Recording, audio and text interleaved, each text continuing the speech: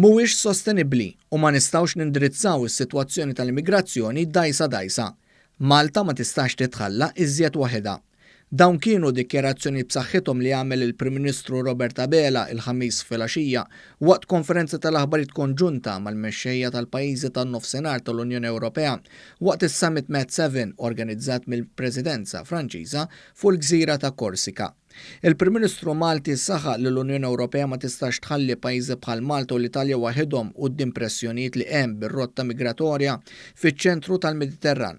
Tenna li l-kwistjoni tal-immigrazzjoni mhux tingħata l-importanza xierqa fuq l-aġenda Ewropea u filwaqt li rikonoxxa li hemm pajjiżi li qed ikunu ta' spalla u jagħtu l-għajnuna tagħhom ma jistax ikun li jkun hemm każijiet spissi ta' migranti li jibqgħu jitħallu fuq dgħajjes f'nofs il-Mediterran minħabba nuqqas taqbil bejn l-Istati membri. As we speak, there are ongoing standoffs and stranded migrants in the middle of the sea. A situation that has become a daily occurrence for us, which cannot remain as such.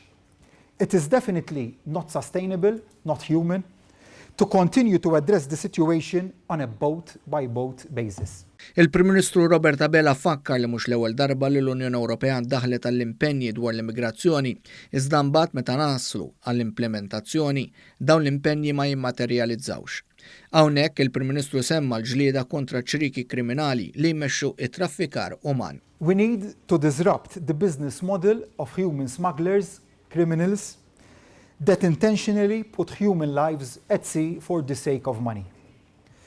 On the other hand, the Union knows that this is happening and cannot remain silent. Fis-summit ma' sitt mexxej Ewropej l-oħra l-Prim Ministru Robert Abela semma l-importanza tal-Libja u l-kontinent Afrikan fil-kuntest tal-immigrazzjoni. Il-Baħar Mediterran huwa l-unika ħaġa li taqsam lilna bħala Ewropa minn mal-kontinent ieħor, qal il-Prim Ministru. Neħtieġu iżjed kooperazzjoni u l-ħidma mal-kontinent viċin tagħna hija importanti mhux biss għas-sigurtà tal-pajjiżi tal-Unjoni Ewropea, iżda l-paċi, l-iżvilupp ekonomiku u l-prosperità fir-reġjun, stqar il-Prim Ministru Malti f'konferenza tal-aħbarijiet fit-tmiem is-summit. Dr. Abela saħaq li allura s-sitwazzjoni fil-Libja hija ta' importanza kbira u semma kif Malta qed tisservi ta' pont sabiex ikun hemm dialogu bejn il-Libjani. F'dan il-kuntest qal li Malta tisħaq li huwa importanti wkoll li l-attività ekonomika fil-Libja terġa' tibda għaddejja.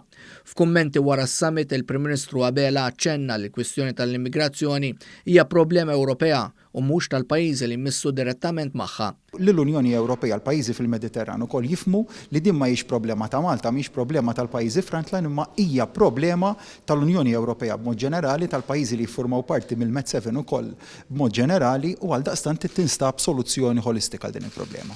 Intant il-Prim Ministru Robert Abela tkellem ukoll dwar dak li għaddej fil-Lvant tal-Mediterran u wera solidarjetà mal-Gvern Greku dak Ċipriot. Qal li Malta tisħaq fuq dialogu u qed tħares lejn is-sitwazzjoni fil-Lvant tal-Mediterran. Tenna li Malta hija pajjiż newtrali u għalhekk il-pożizzjoni hija waħda ċara li s-sovranità tal-pajjiżi għandha tkun rispettata skont il-liġi.